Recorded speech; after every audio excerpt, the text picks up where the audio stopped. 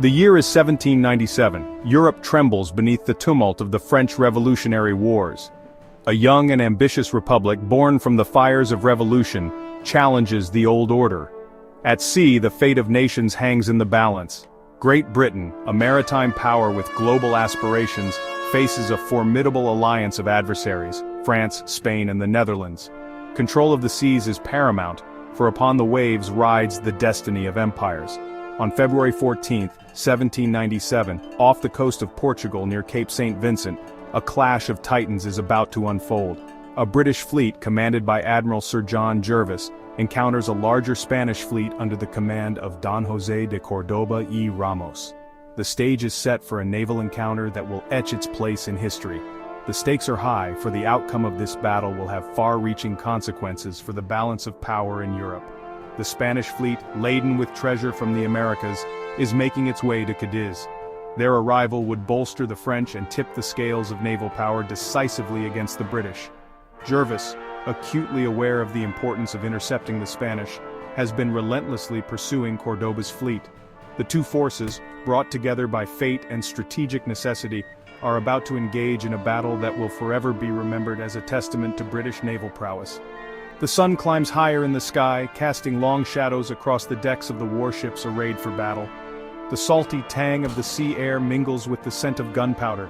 Tension grips the hearts of the sailors, a palpable presence as they prepare for the imminent clash. The fate of nations hangs in the balance, and the outcome of this day will determine the course of history. As dawn breaks over the Atlantic, a thick fog blankets the sea, shrouding the ships in an eerie silence. Visibility is reduced to mere yards, and the vastness of the ocean seems to press in on the ships, isolating them in a world of mist and uncertainty. The British fleet, sailing in formation, strains to pierce the veil of fog, their lookouts peering intently into the swirling grayness. Suddenly, like a phantom emerging from the mist, sails are spotted. The Spanish fleet, also caught in the fog, is taken by surprise. The chance encounter throws both sides into disarray, as captains struggle to assess the situation and issue orders amidst the confusion. The fog, which had seemed like a shroud, now becomes a battleground, obscuring friend and foe alike. Form a defensive crescent. We must use our numbers to overwhelm them. Jervis, a seasoned commander, orders his ships to form a line of battle, seeking to engage the enemy in a classic naval engagement. However, the Spanish, despite their initial surprise, are quick to react. Córdoba, realizing the danger, orders his fleet to form a defensive crescent, hoping to use their superior numbers to overwhelm the British. The battle lines are drawn, and the fate of the day hangs in the balance. Cannon fire erupts from both sides, the deafening roar echoing across the water. Thick smoke billows from the guns, mingling with the fog to create a choking haze. Ships maneuver for position, their decks crowded with sailors struggling to reload cannons, extinguish fires, and tend to the wounded. The battle rages on, a chaotic melee of wood, iron, and fire as both sides fight with desperate courage. Amidst the chaos and confusion of the battle, a young captain named Horatio Nelson recognizes an opportunity. Nelson, commanding HMS Captain, a 74-gun third-rate ship of the line, observes a gap in the Spanish line. With characteristic audacity and a keen tactical mind, he decides to seize the initiative. Disregarding the strict orders of the line of battle, Nelson veers his ship out of formation and steers directly towards the heart of the Spanish fleet. Steady, men, we must strike now while the opportunity presents itself. Nelson's decision is a bold gamble. By breaking formation, he risks exposing his ship to the concentrated fire of multiple enemy vessels. However, he trusts in the skill of his crew and the strength of his ship. He knows that fortune favors the bold, and in this critical moment, he is willing to risk everything for a chance to strike a decisive blow. As Captain plunges into the enemy line, she is met with a hail of fire.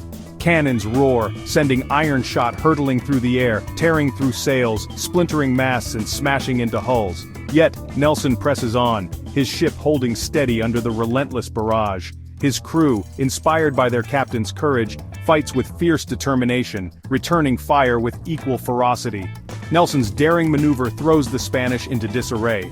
They had not anticipated such an audacious move, and are caught off guard by the sudden appearance of a British ship in their midst. The tide of the battle begins to turn, as Nelson's decisive action creates an opportunity for the rest of the British fleet. Nelson's ship, Captain, is now surrounded by enemy vessels, locked in a desperate close-quarters fight.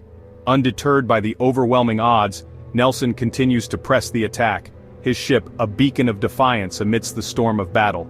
He directs his ship's fire with precision, targeting the enemy's flagships and causing significant damage. Keep firing, lads. We're turning the tide.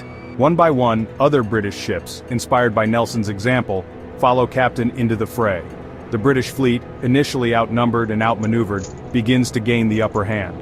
The Spanish, their formation broken and their morale shaken, are unable to withstand the renewed British assault.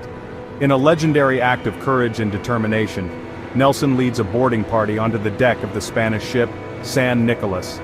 The two ships are lashed together, their decks transformed into a chaotic battleground. British sailors armed with cutlasses, pistols, and muskets swarm over the railings, engaging their Spanish counterparts in a fierce hand-to-hand struggle. Follow me, men, for king and country. The battle rages on the decks of the San Nicolas, a desperate struggle for survival. Nelson, leading from the front, is a whirlwind of energy, his presence inspiring his men to fight with even greater ferocity. Finally, after a brutal and bloody fight, the Spanish colors are hauled down and the San Nicolas is captured.